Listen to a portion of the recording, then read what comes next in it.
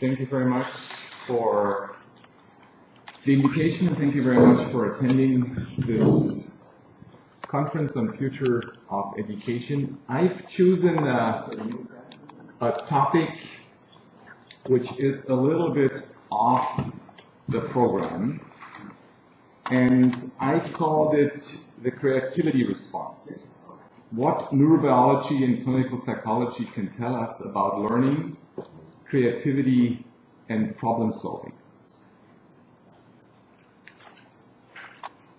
So I would like to address the next 30-35 minutes the question, what can tell life science about learning? Do we have evidence? How can we improve the learning curve? It's somewhat a dry topic because I have to refer to a lot of studies, but for a medical doctor it's also interesting to see what really works at the end of the day. From a psychological perspective, it makes sense that we first of all distinguish within the purpose of education between primary education and higher education. The purpose in primary education is psychologically completely different than the one if we are hitting for higher education. In primary education, it's primarily about enabling the graduates to enter the society, to function, promoting basic knowledge in literacy, etc. If it comes to higher education, the psychological demands are different. It's more about preparing a generation to solve complex problems, assuming societal leadership, striving for the truth, and for self-development or self-knowledge. The current discussion on global education, from how I see it, is mainly focused on the following 7 issues. It's about how introducing big data or ICT. It's about how to finance education, whether it's more public or more private funding. It's about how we translate disciplinary findings into an interdisciplinary or translational program. The global education discussion is about gender and ethical aspects, how to access people to the educational system. It's focusing on the demands of the economy versus general education. And it's about reconciling the opposites of teaching and research, excellence and equity. I'm not talking on these 7 issues because I'm not an expert in it. We've been partly addressing it during the last 3 days.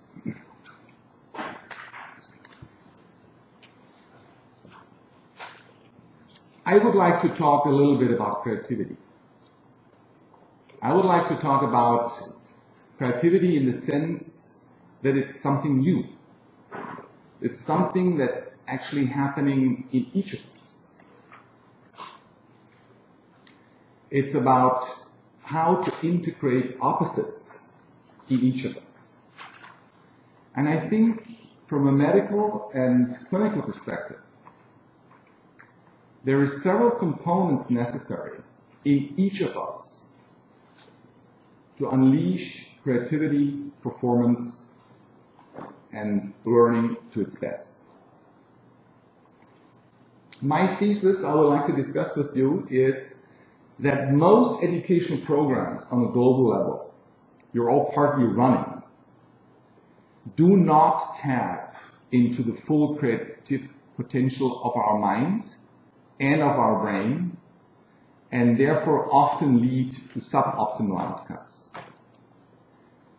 And my thesis is, if the findings in clinical psychology, in neurobiology, in social psychology, let's call them in life science, would have been considered, we would end up setting up different programs.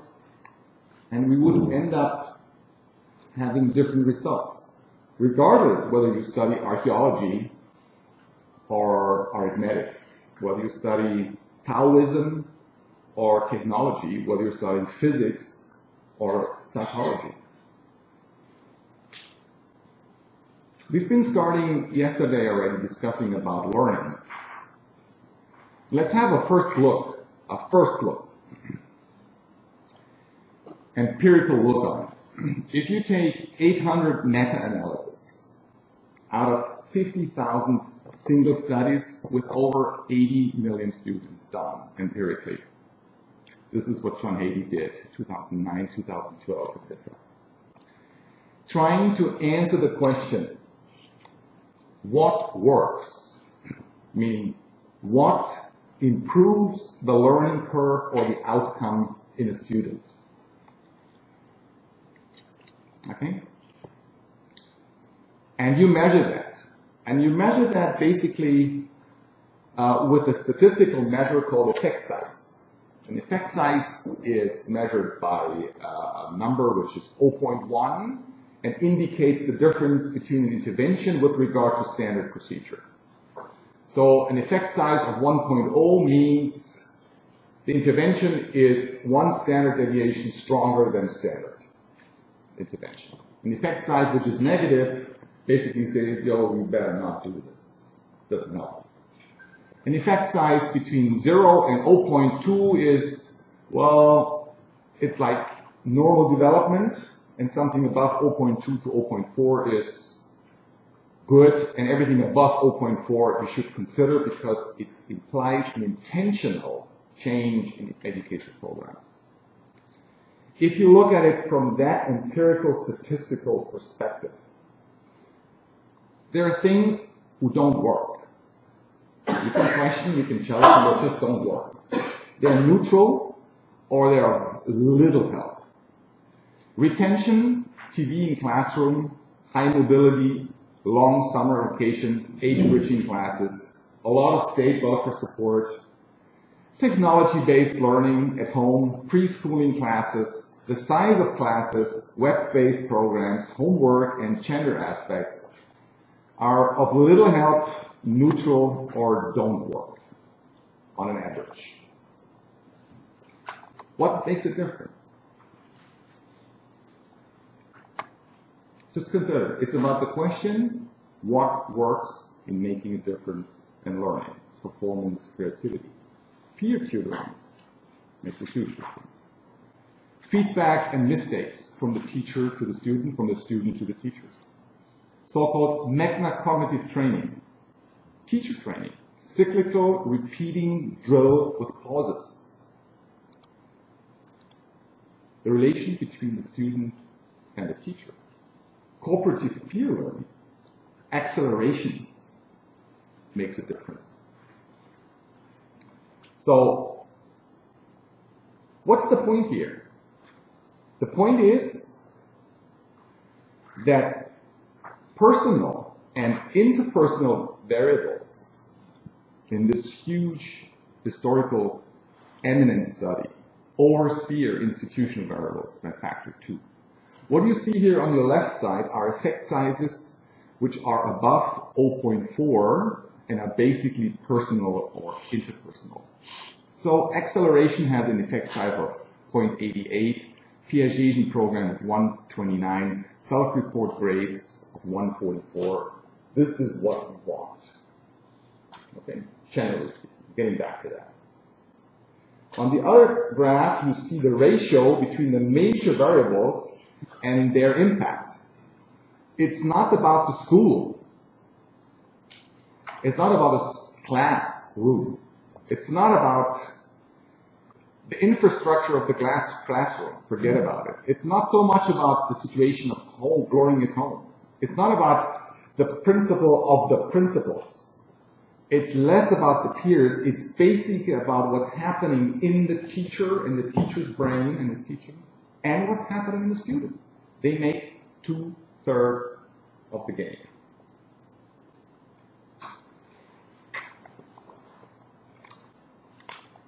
Just consider 80 million students. It's a big empirical factor we have to consider if we start talking about the future of education.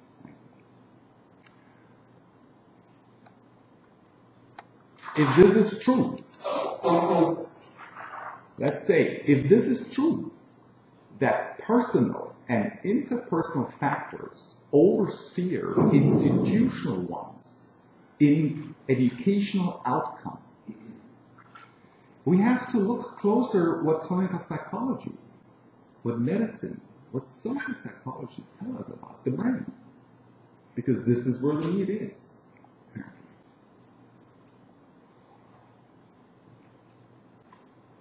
I call it the creativity response.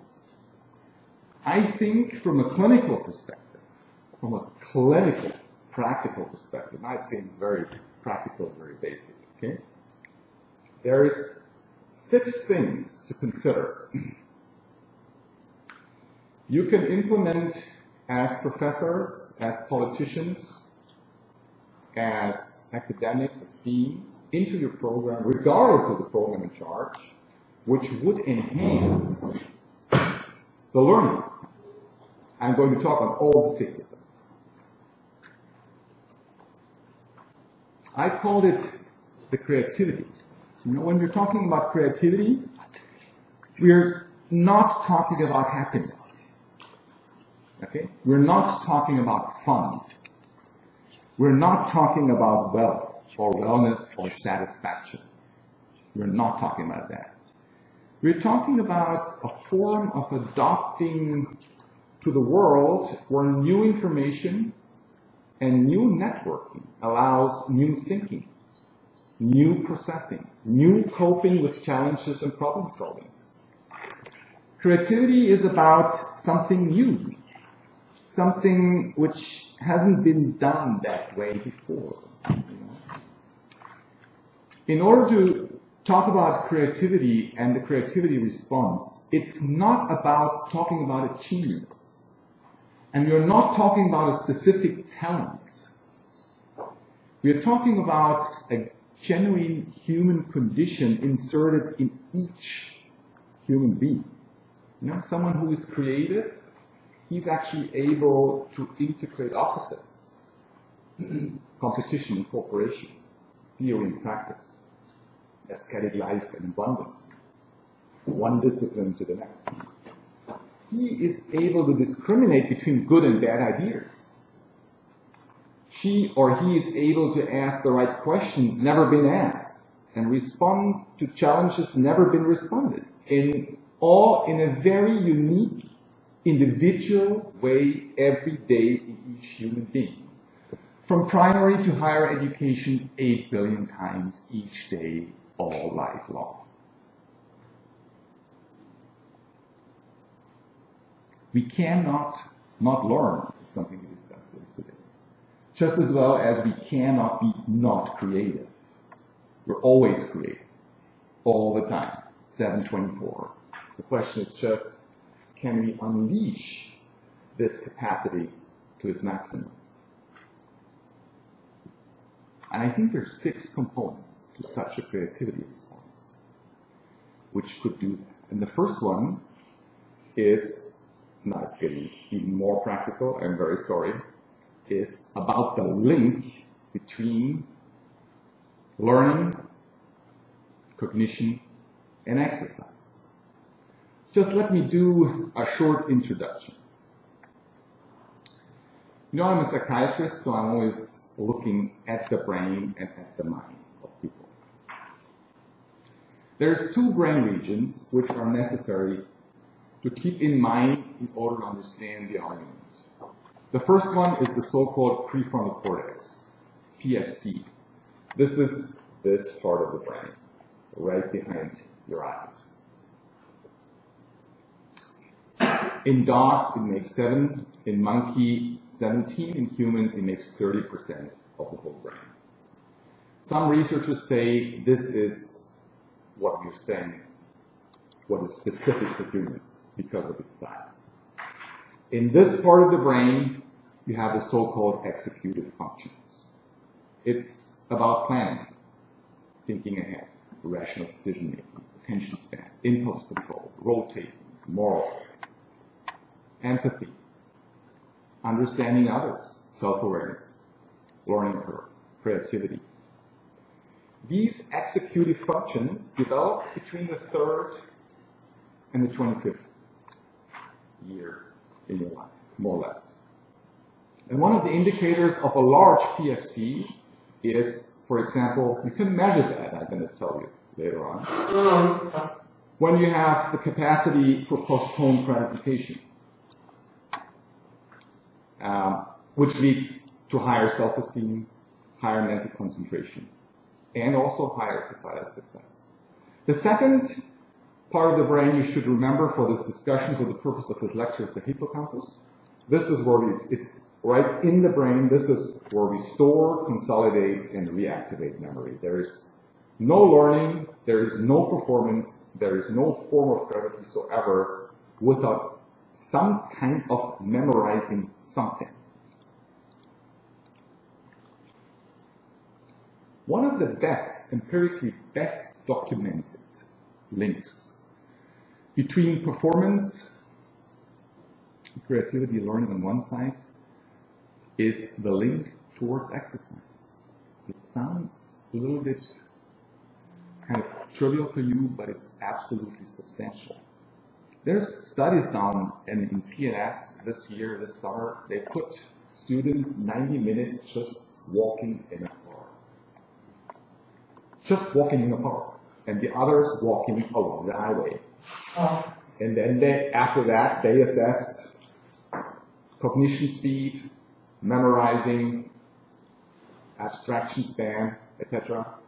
And there's a difference. 90 minutes walking in the park doesn't cost you a thing. Right?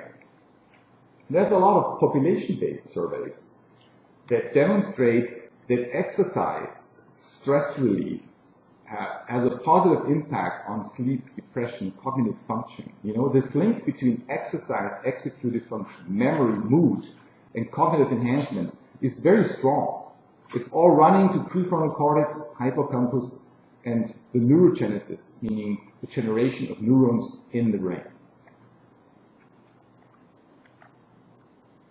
If you simply walk, you increase your blood flow by 13%. If you go for a run, you increase your blood flow by 25%. You know? We have interesting studies, clinical and with healthy subjects, showing that if you, for students, have a 4-minute in-class, high-intensive exercise interval, 4 minutes a day, and you do that for a month, and you leave everything else the same, okay? You definitely have a positive, significant impact on attention span, mathematics skills, and overall performance. And this is dose depending. The more the better. Instead of 4 minutes, you make 10 minutes, you make 20 minutes. And the more complex, and getting back to that, especially in sensory motor exercise, the better. You can measure that. You can do that for free in your classroom with your students. From 6 years to 60 years. It doesn't matter how old they are. This link is very strong, this neurobiological link. From a clinical perspective, we look at populations which have mental impairments or which have physical impairments. We look at this link through the so-called cognitive reserve.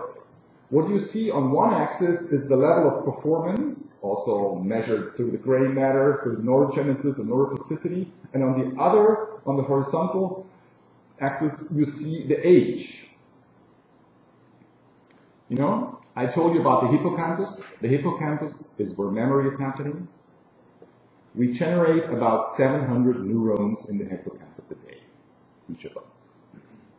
But throughout lifespan, you're losing 1% of the hippocampus every year. But the point is, you can reverse that, in part. And one way to do it, make exercise. If you start early in your life, with 15 to 20 years of age, exercising regularly, you can measure this impact 6 decades later in the brain on your performance level. If you're prone, or you have patients prone for depression, and you can have them do 2 to 3 times exercise, running a week, it has the same effect size than taking a drug with no side effects.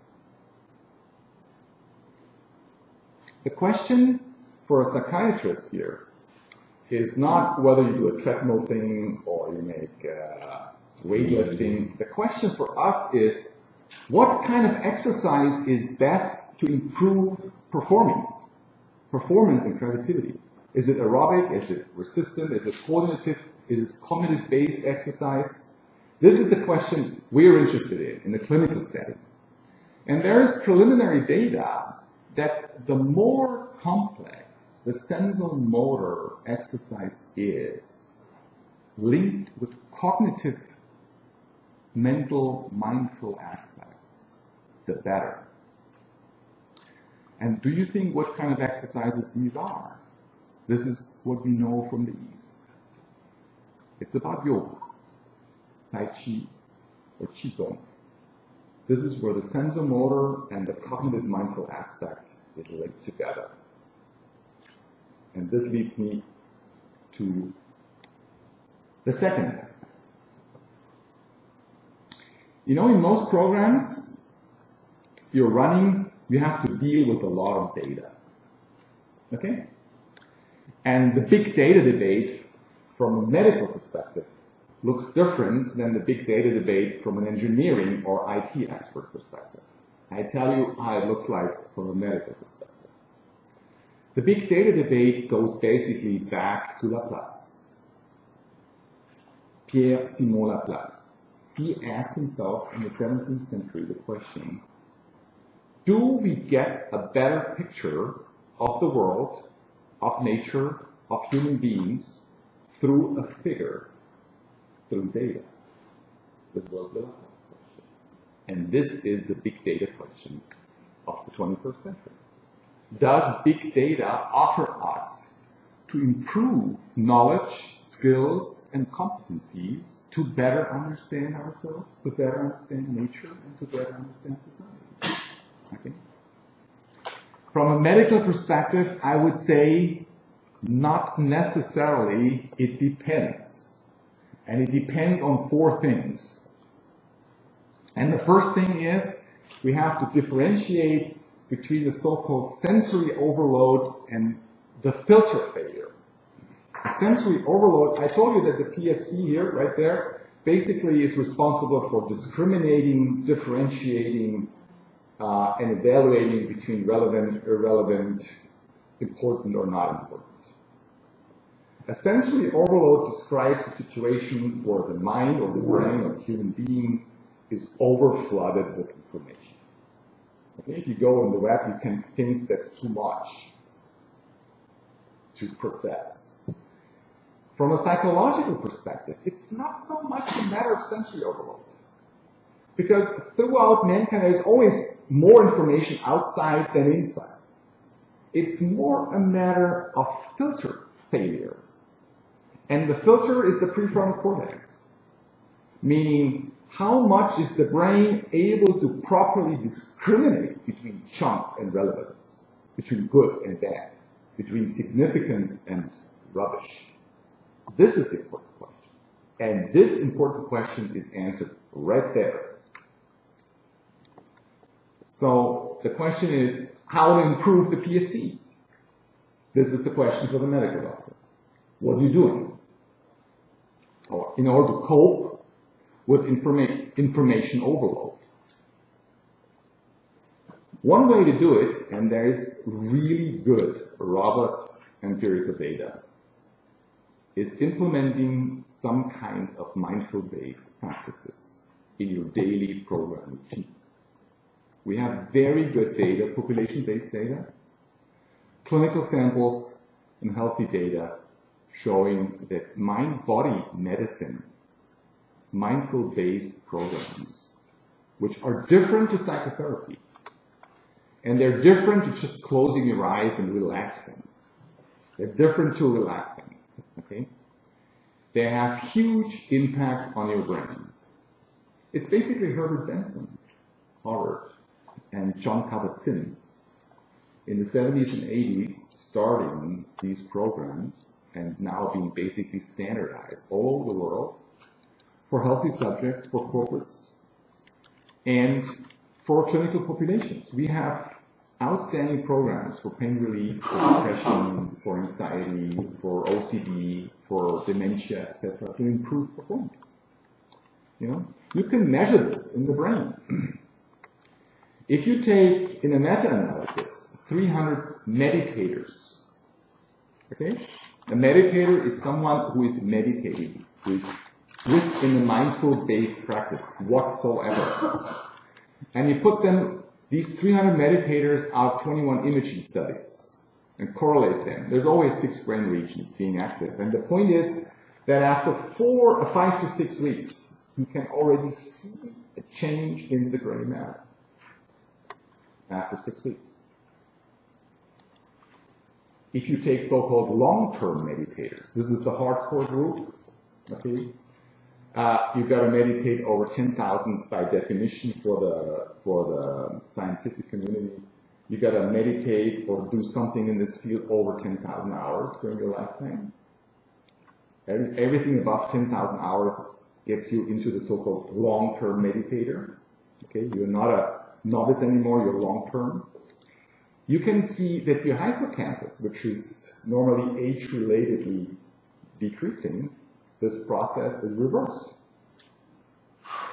The more you meditate, the larger the hippocampus, whether you like it or not.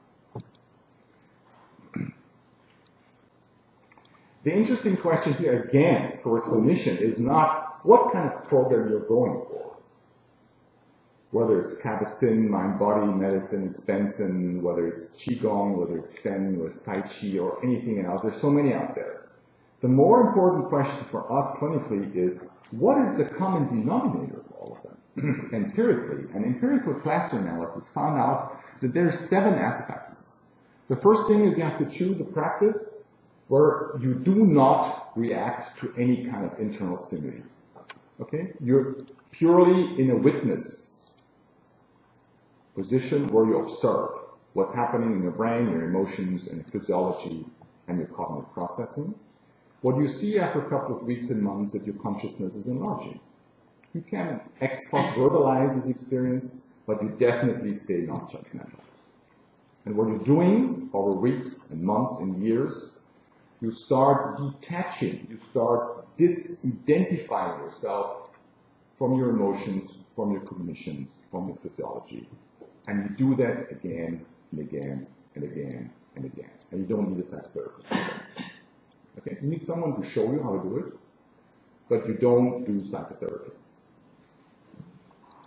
So, there's nothing wrong with big data, getting back to the second thing.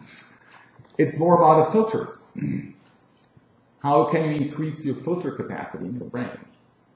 You basically do that through some form of mindfulness-based practice. Okay? And mindfulness is not a technique to fall asleep or to be relaxed.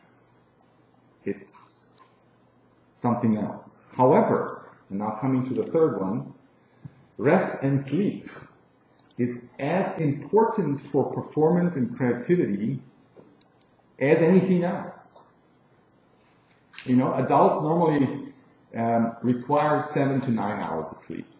2/3 of British men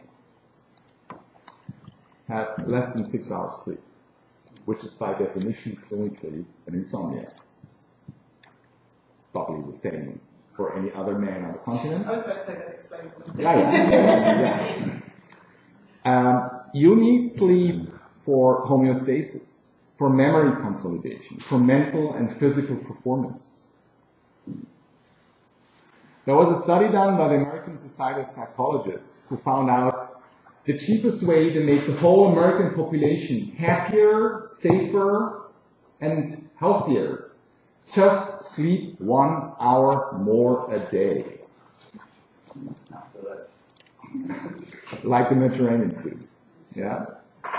So take a power nap. Experimentally, if you take a power nap, especially in Asia, it's better established. 45 minutes to 60 minutes, all the Mediterranean countries, after lunch. Experimentally, you can increase your memory consolidation by a factor 4 to 5. Okay? We're talking about creativity response. Okay? We're talking about something which doesn't cost a thing. You can implement that in any program. Run a mathematics course, run an MBA, but make sure that your students sleep enough. Because if they don't sleep, okay, if they kind of party through the night, okay, you have a mental state which is equivalent to 0.8 promils of alcohol. How can you perform if you don't have a good sleeping hygiene? No way. Any memory consolidation is linked over the hippocampus through good sleep. Children actually can consolidate memory best just before they go to bed. So this is why we parents start reading a book before they go to bed. And this is what they can consolidate in the hippocampus best. There are studies done on medical students where they found out that the quality of sleep is the best predictor of the final grade exam. Okay? I think this is a relevant result. We have to talk about it. Whether it's not so sexy, but it's a relevant thing. Get a good sleep. Okay? How to manage this? I mentioned 5 of them. You know, you need to change your lifestyle, your sleep hygiene, close your computer, because the filter for blue light is always cognitively enhancing. If you sit in front of your computer in your bed, you have a blue light, basically, this is enhancing. It's good in the morning, but it's bad in the evening. It's all known. So if you have your computer on until midnight, your melatonin is basically always disturbed. And from a naturopathy perspective, we have also good data. The best and cheapest thing to fall asleep quickly, take a warm foot bath. 2 Nature papers published in 1999 and 2001 demonstrating that. Every grandmother knew that already since 500 years. If you don't fall asleep, take a warm foot bath. It's cheap, no side effects, no pills, works, and doesn't make big fuss about it. You can take supplements. We can talk about that on top of it. Number 4. The way we address issues, the way we learn, we challenge, and we try to understand academic issues is in part determined by the media we are choosing. We've been discussing that on Sunday night and yesterday.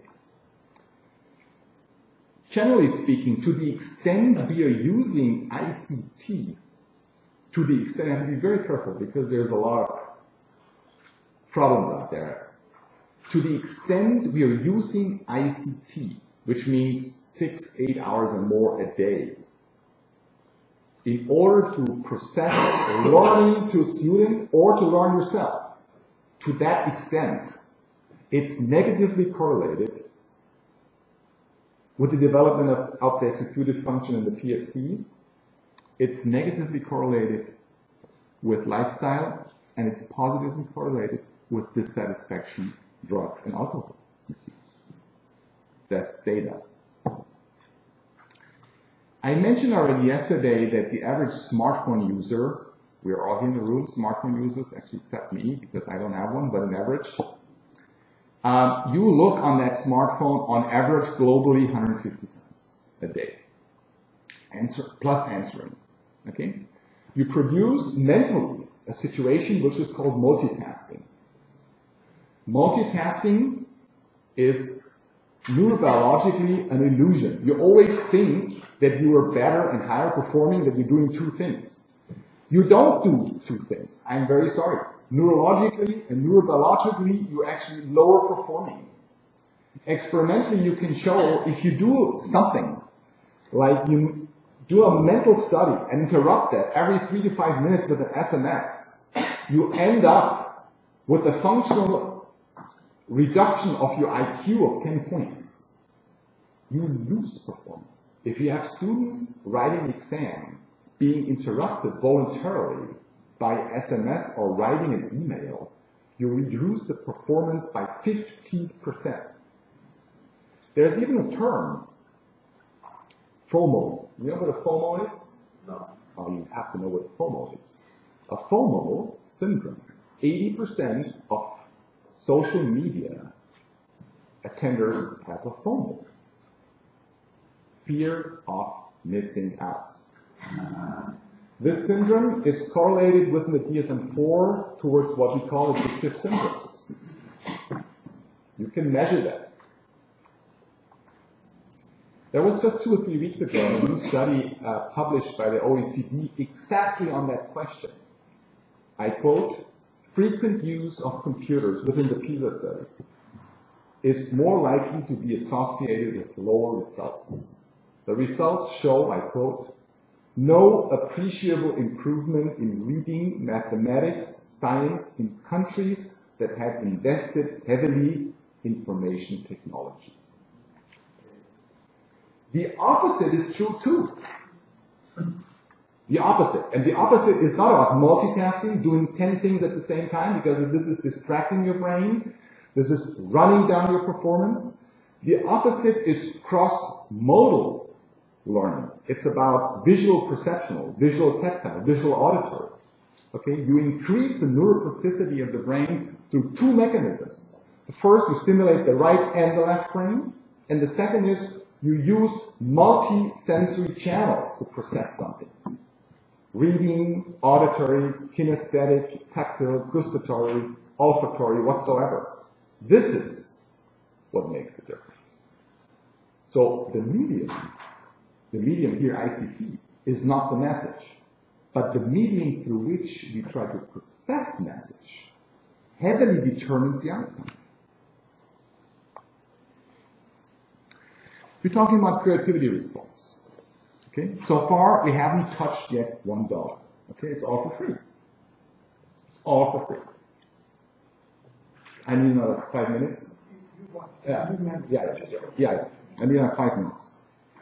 The question is, what is the link between social support and performance? We've got to rush. Very good data, but huge and indirect. First of all, social support reduces psychological distress. If you live in an adverse neighborhood, you can measure 2,900 Dutch subjects, healthy subjects, you reduce your lifespan by almost 10 years.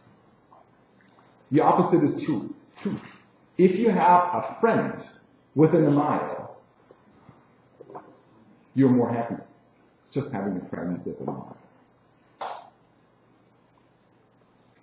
The important thing for us as clinicians is how to implement this form of social support and social competence as early as possible in life. Okay?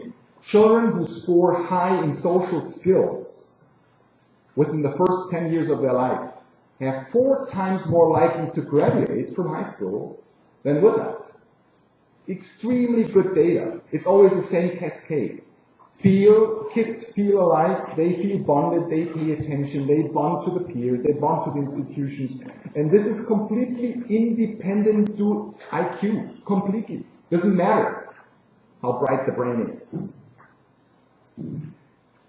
For a clinician, it's getting more complicated if you're talking about the quality of the support. The quality of support in the 724 society where everything is linked to everything.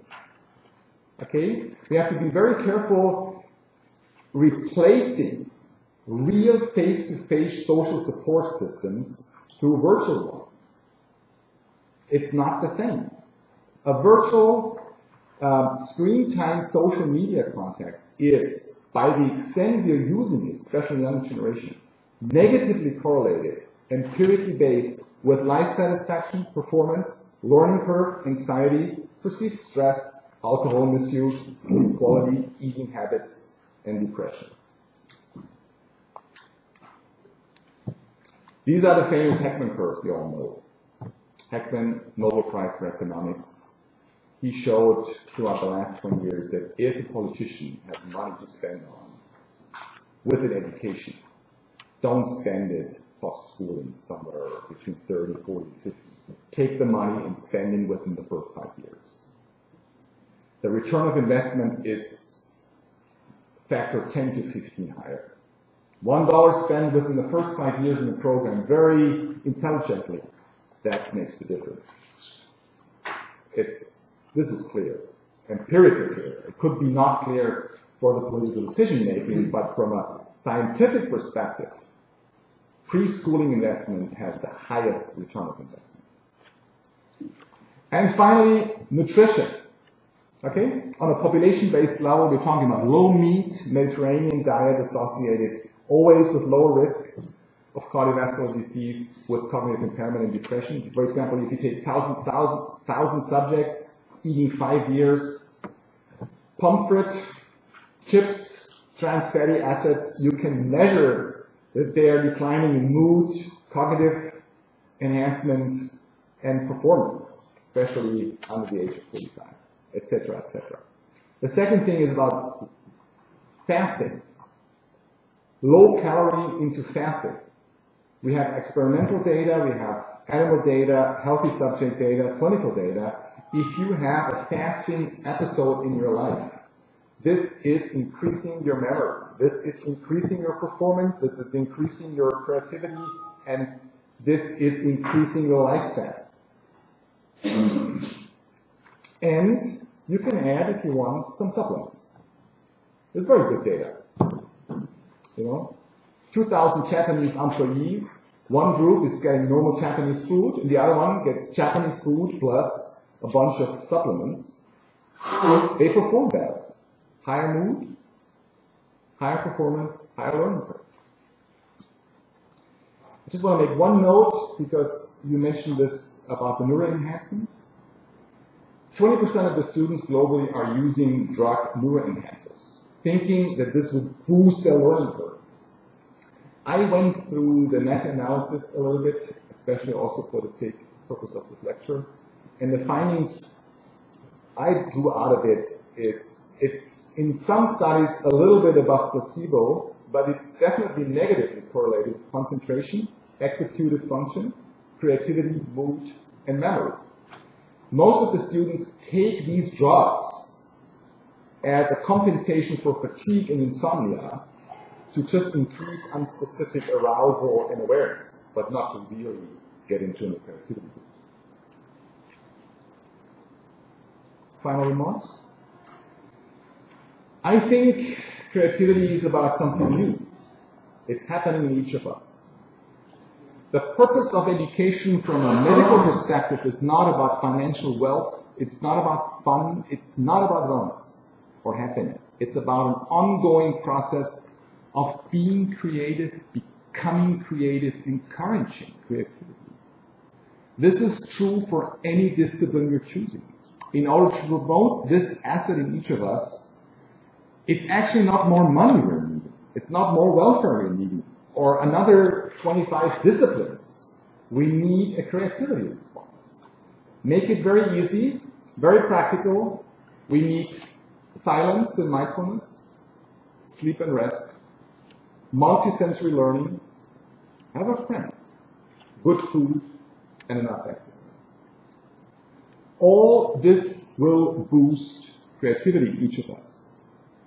If learning is changes of behaviors through experience, Bandura said in 1986, and if education is the most sophisticated technology evolved by humans, as Gary Jacobs defined it, we need a lot of creativity built in to make that happen.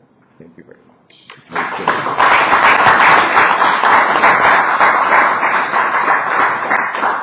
I don't get published that for the whole world.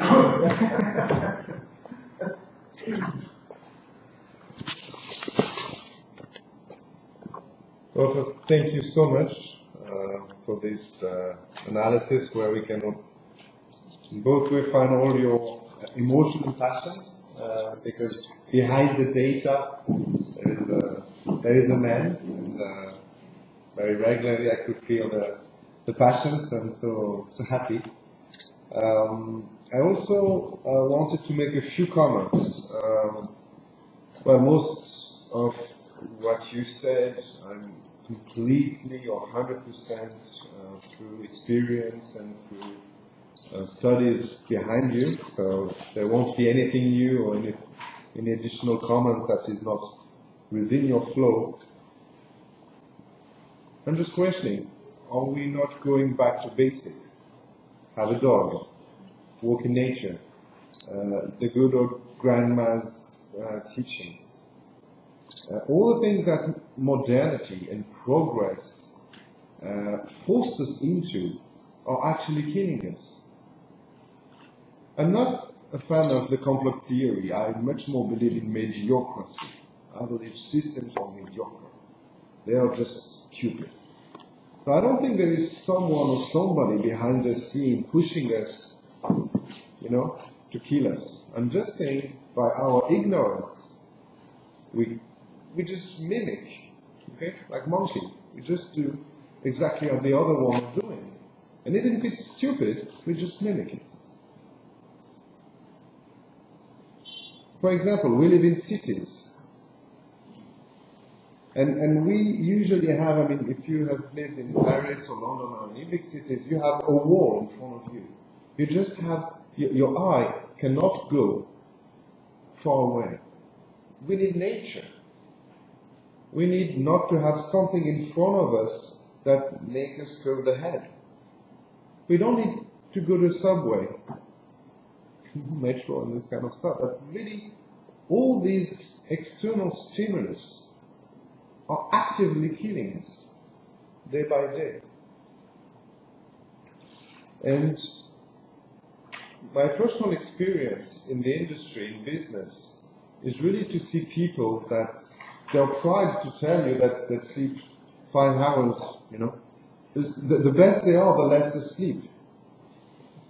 They're just drug addicts. They're workaholic, and it's a good thing. It's very valued, If you give all your life, including the Sundays, doing a barbecue party with the colleagues, it's good for your career.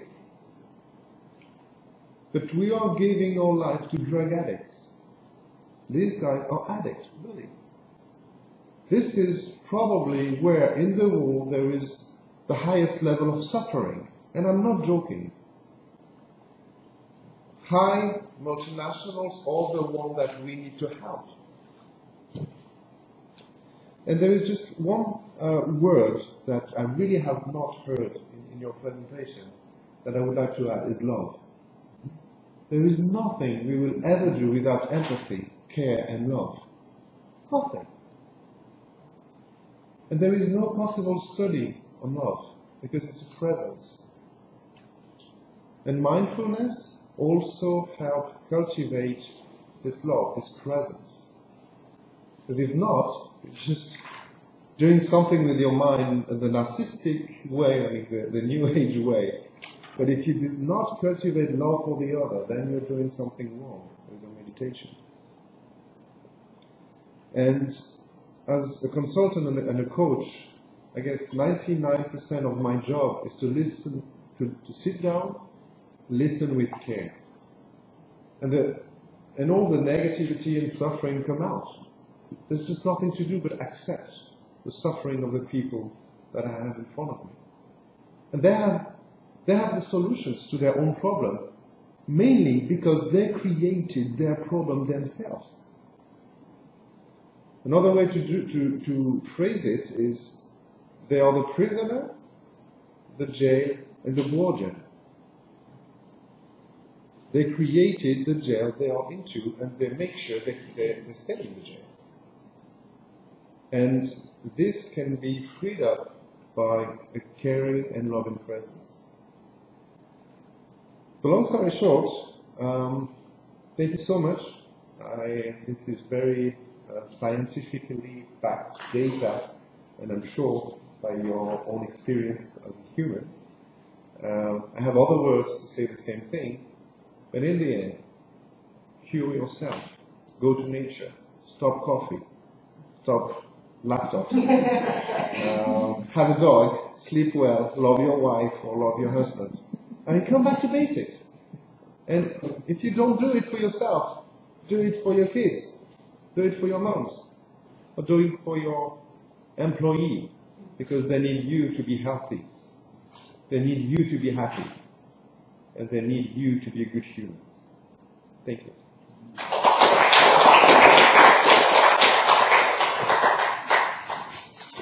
I would also like to thank the speaker.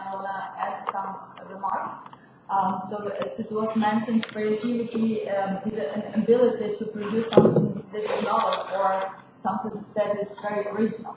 But it is also the mean of the economic mean, the mean of economic development.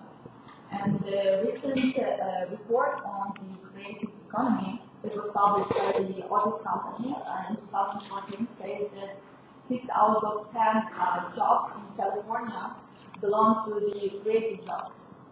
And that out of $2.2 trillion US GDP, 8% belongs to the creative jobs. So they're created by the creative industry. And that's also, in that report it stated that over 600,000 jobs were directly devoted to the creative jobs. These were the artists, painters, communication workers, media workers, or movie workers. That said that creativity is a powerful economical driver that develops both regional aspect and also the development factor for the world development. And it also this report focuses on the well-being of the society, citizens, and the community. It says that the more creative possibilities are, the more creative the community is, the better it performs in the economy.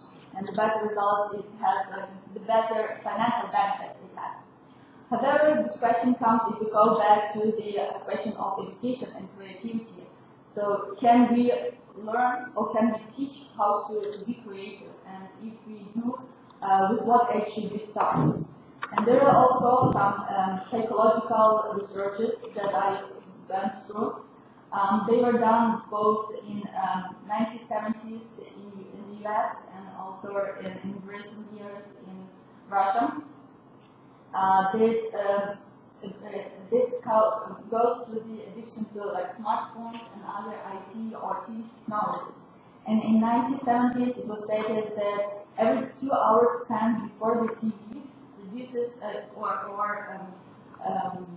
slow down the development of 6 words in our brain. So that was still in 1970s. Nowadays, the research that was done in St. Petersburg shows that out of 68 students that participated in the experiment, an experiment was about living 8 hours without smartphones and access to the internet. Only 3 of them survived for 8 hours. The others were just went out of the competition because they felt uncomfortable. They showed this that they were really digital addicted. Yeah, exactly what you were talking about. And another research showed that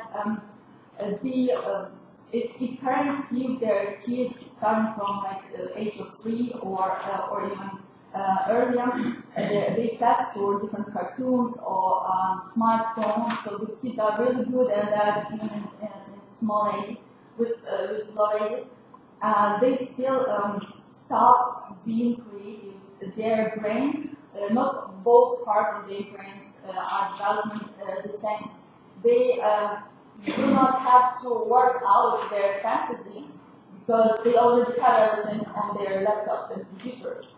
So this, from the very different point of view of parents, that's okay because children are busy with something.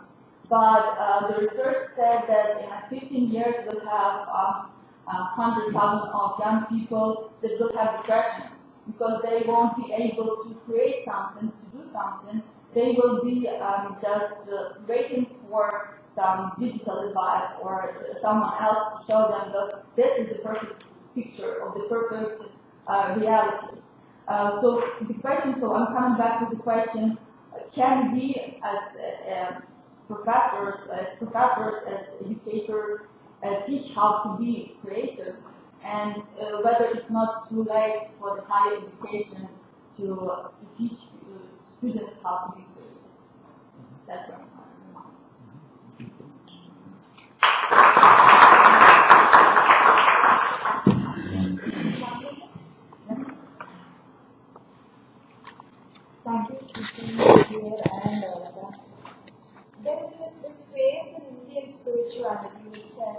knowing that which all is known. Why I mention this now is, we have so many surveys which tell us in the next 30 years, half the jobs will cease to exist. We don't know what there will be. So when the child enrolls in school today at the age of 5 or 6, by the time he or she graduates, we have no idea how the world will look, what kind of jobs there will be, what professions there will be. And so this question comes up very often. We even had this on the first day in our forum online. How to prepare children for a future which we don't know how it will look. I believe that this creativity and this thinking, especially creatively, is that knowing which we can prepare for the future. You don't have to know what kind of office or what profession there will be 30 years from today. But if we teach the student today, school, college, how to think, no matter which situation he or she finds in, he or she will be able to think creatively, adapt to that, and be effective in that situation. And we talk about thinking out of the box. So I think one important thing in how we do this is first see this box that we are in. If I'm in this room and I need to go out of this room, first I have to see that I'm inside these four walls. And only when I become conscious of this paradigm that I function in currently, can I move to a new paradigm. The new paradigm is such an important initiative of the World Academy. And so I think that in order to move to a new paradigm, first become conscious of the paradigm that we are in, and become conscious of the limitations that it has, that it's imposing on us, and then we will be able to move to a new paradigm. Thank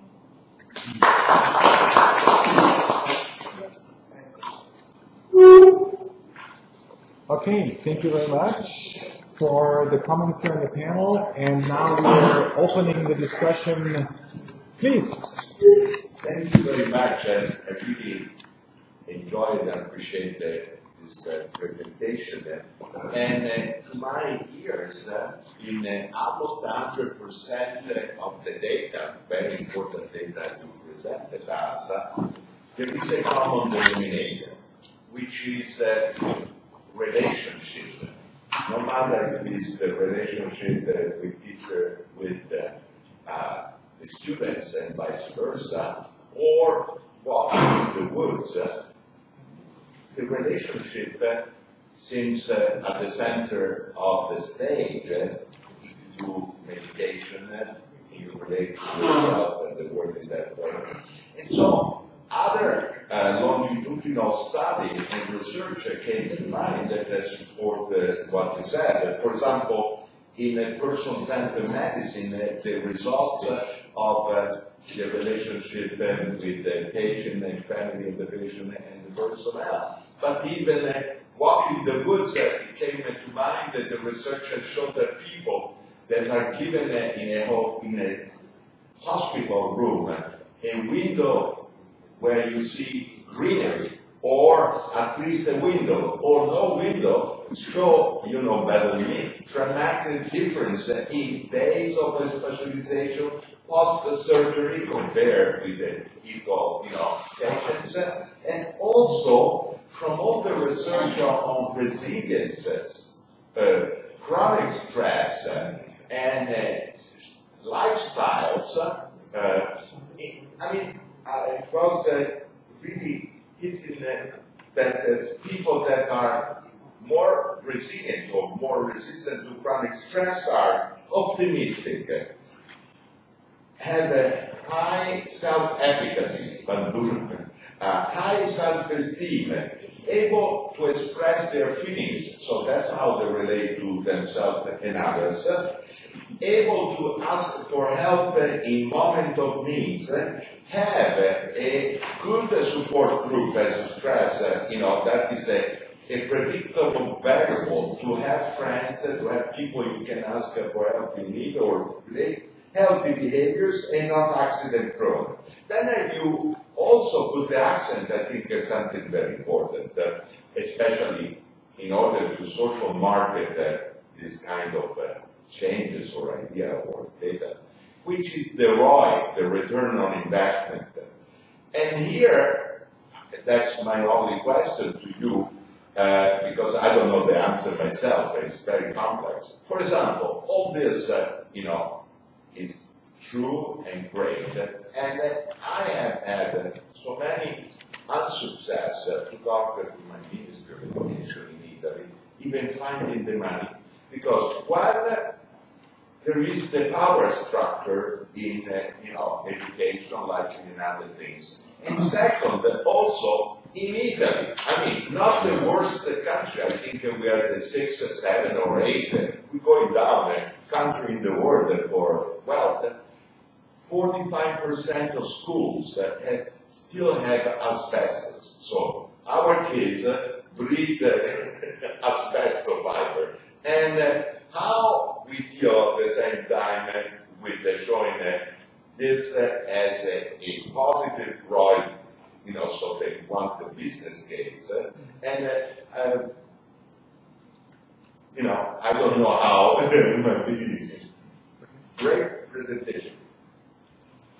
Stefan, thank you for your very interesting presentation. This presentation,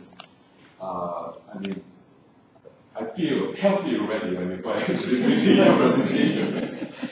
My question is, oftentimes it is noted that this use of SNS and the so-called mass ownership of information actually facilitates the interconnectedness of the global community and holistic, systemic way of looking at the world, and so on and so forth.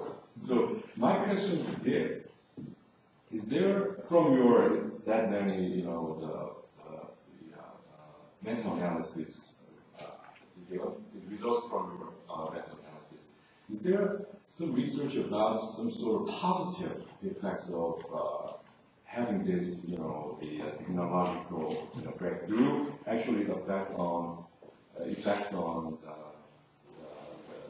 global consciousness?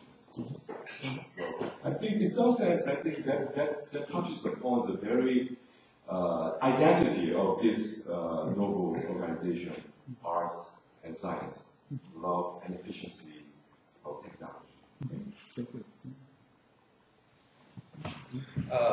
Fascinating talk. I enjoyed it very much. I have a question. You spoke about big data and filtering. Two examples, of course, that we are very familiar with. One is the recent experiment at CERN with the Large Hadron Collider, where there was billions and billions of data. People were looking to find the Higgs boson, and of course they had a powerful theory, and they, within that theory, out of billions and billions, they actually subtracted 100 events, okay? And everything else is thrown away, which of course could mean that there's something even more interesting, but since we don't have theory, we are just missing that, okay? The other example of the big data is what NSA does, and this is total mess. I mean, they obviously don't do a well job.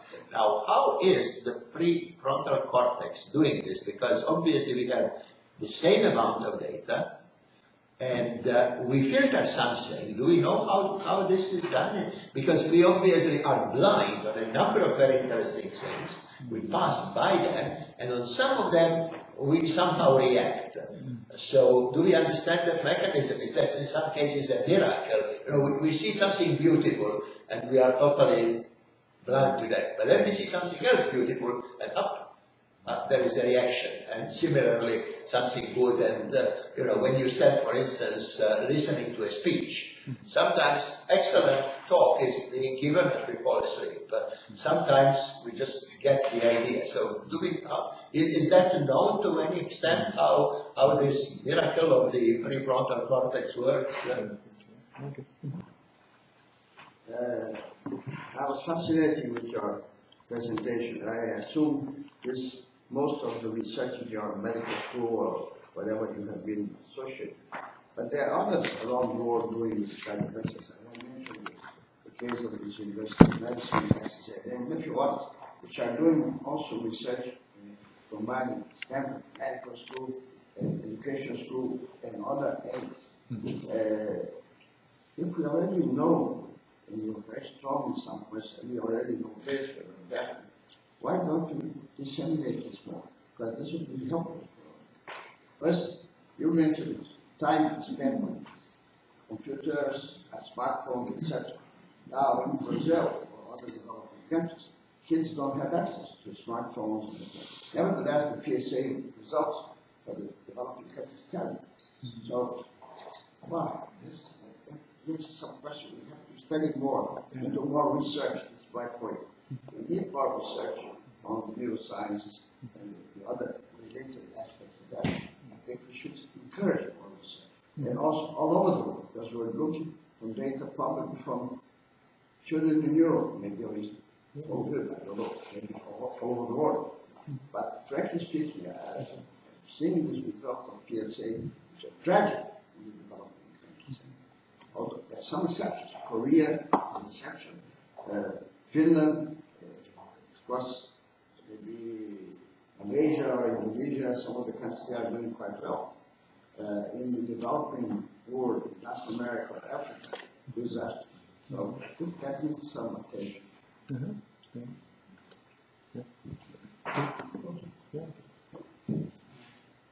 Really fascinating presentation and so much rich material. I'm just going to respond on one point to reconfirm from our own experience what you said about the early childhood learning. We set up a school in India almost 18 years ago. Based on work done in the US in the 60s and 70s by an educator named Glenn Doman with children, he wrote a very famous book, How to Teach Your Baby to Read. And they started with 9 months, 18 months old kids, but completely just presenting stimulus to them, not trying to get them to, just as play. And he developed a whole method. He's got a big institute in Philadelphia, and schools have been started in many places, including the one we run in India, and seeing exactly what you said, that without homework, without any testing, without any rigor, without any compulsion, by the time the kids reach the first standard, they're at about double the normal rate, and they love to learn, and they love to go to school. In the US, at least, he was rejected by the educators, discredited by the mainstream, and I don't know whether in the last 20 years that's changed. I don't know whether this data, this kind of research has revalidated him. This is what he knew 50 years ago, but very important information. I agree with what Hafer said, that, I mean, this information should be basic education for every student. What could be more important than for every student? And it's for free. And for free. Yeah. I mean, this is like nutrition. So if you run a PhD course, okay, if you run a PhD course, Stefan, make sure that every student is having a record of all these things, and I can predict you have better outcome. I would predict. Copy of your paper you have. Sorry?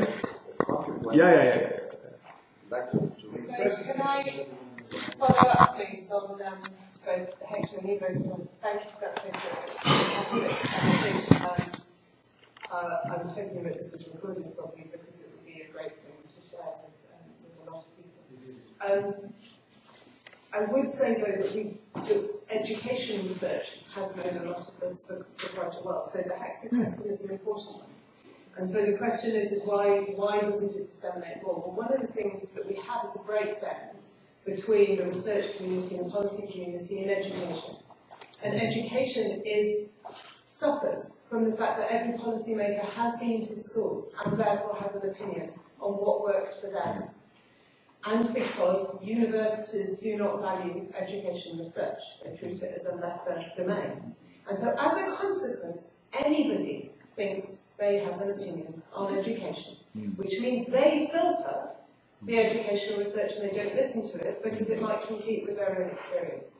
If we think about the successful countries, Singapore, Finland, they are smaller countries where there is actually very strong relationships between education research and policymakers. So one of the questions is a sociological question and a political question about how you take the existing research seriously.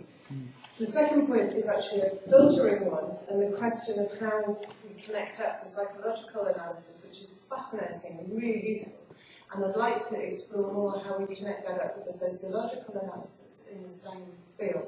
And there what people are talking about is that if you are going to make sense of complex and changing societies, going to your point around uncertainty, is that it's also about developing a personal project, a sense of purpose and meaning. So I'm interested in how things like purpose and meaning work in relation to your analysis. Do they connect up, or is it?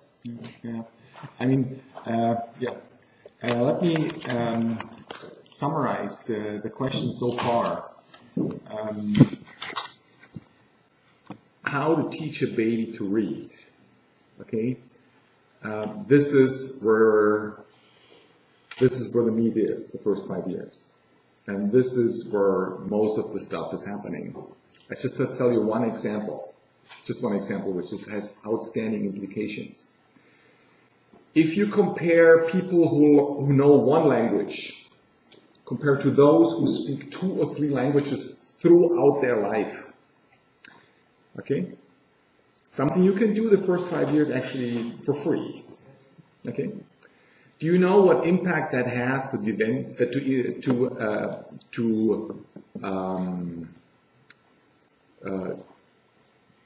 become dement later in life? So the question is, you have a group who speaks 1 language, and another group followed up who speaks 2 or 3 languages throughout their life. What do you think those who speak 2 or more languages can postpone being dement compared to the other group? I just give you a benchmark figure. The best drug available on the planet to postpone this is 5 months. Okay? There's drugs. If you take them, you can postpone becoming Alzheimer's dementia by 5 months, and then you're in. What do you think if you stop that and say, okay, politicians, we don't buy drugs, we learn students to learn 2 or 3 languages to begin with? Do you have an idea how much impact that has? There's robust data. 5 years. For free. For free. There is no drug available on this planet offering such a delta on the brain, on dementia, on performance, for free. Okay? I've chosen these 6 things and coined them into a creativity response as a term in order to make sure that this is something which can be implemented in any program on the planet for free tomorrow morning. Okay? Tomorrow morning. And there is data showing that this will improve the outcome. This will improve, I don't know, but this would improve PISA. This would improve outcomes with regard to mood, depression, performance, creativity. But if it is more than 2 languages? I don't know about that. Every language maybe another 5 years or so, I don't know. No. But it's just important to know, and you know why? Because the PFC, the prefrontal cortex, whenever you speak 2 or 3 languages, if you speak 2 languages, it has to inhibit and suppress one language center, one speech center, in order to have the other one to be expressed. And this process is an active process, and this is associated to the PFC. Okay? This is something children learn in the first years to suppress one and speak in the other language, and then do the other way around. And this process is good for the PFC, it's good for the mood, it's good for cognitive development, and it's good for creativity. And it's for free. None of the 6 things really cost anything. Okay? With regard to your question on the advantage of ICT, if we had more time, we could speak on telemedicine or psychotherapy in my field, which has a huge benefit. Or if it comes to getting informed, you know, if you want to get informed, you just get on the web and get informed. But that's fine. It's fine. You have data and information to process. It's perfect. And you need that. And this is helpful for getting connected with others and seeing how others think. There is no technology on the planet ever invented by a human being which is good or bad. It's been the use of humans through which any technology, from nuclear energy to using a pen, from a typewriter to ICT, from riding a car to riding a bike, whatsoever, which makes it useful or not. And this is the same with ICT. Okay? So I'm not arguing against ICT. I'm arguing against the addictive potential to run into what we call a digital dimension.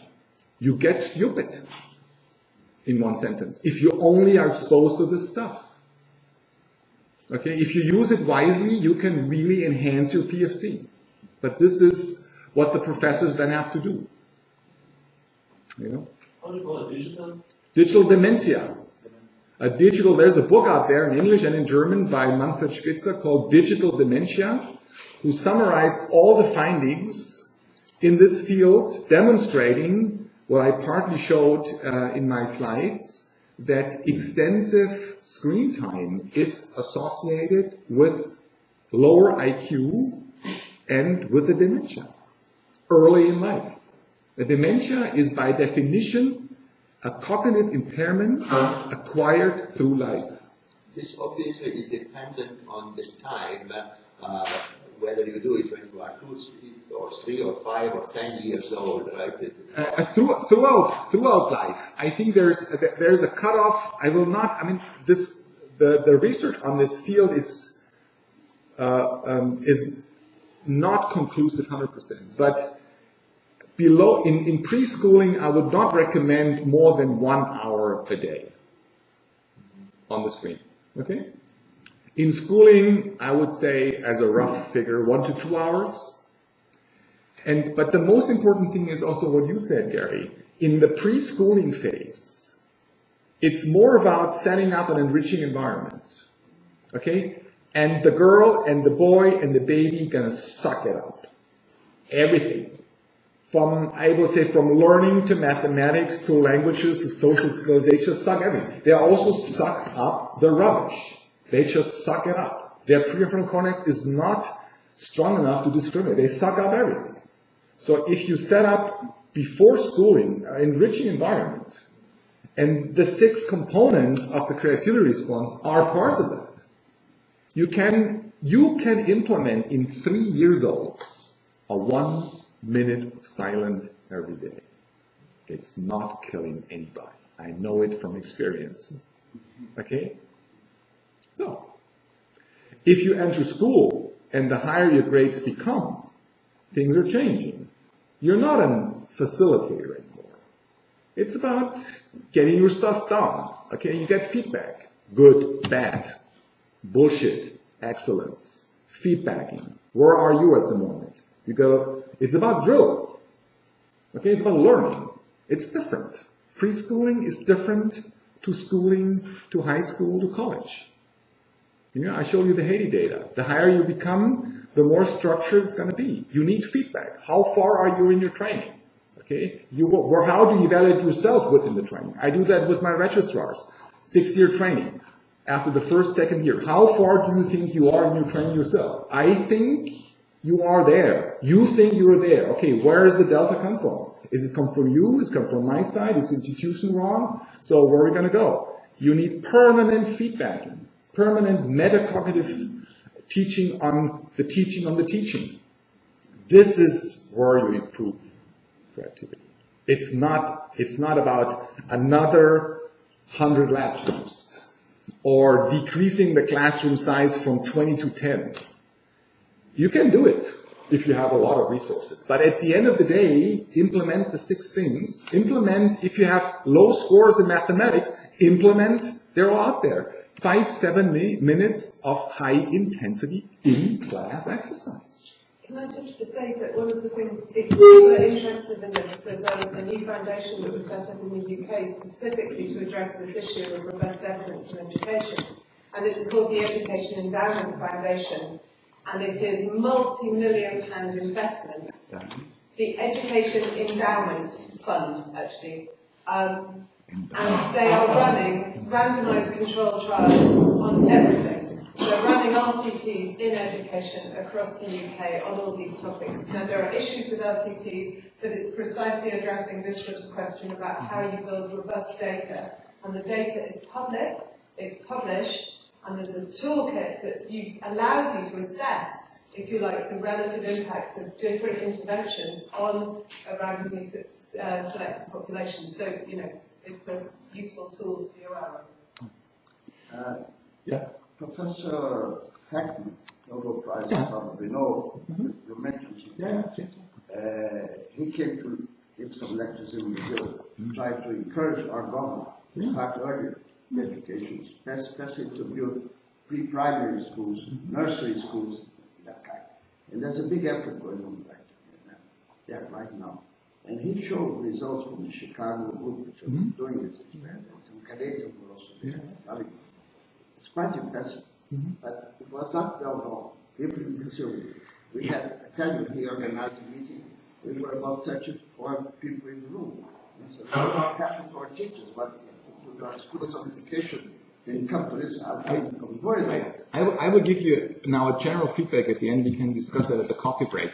There is my impression is the findings in life science for improving our life, our future, our education, especially neurobiology, clinical psychology, also pedagogic and social psychology, they are just not referred to in our societal dialogue. We're talking about economic growth and we're talking about technology fix.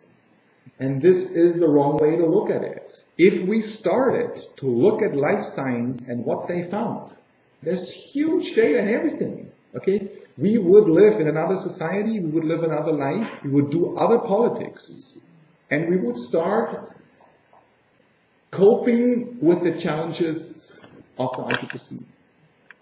Thank you very much.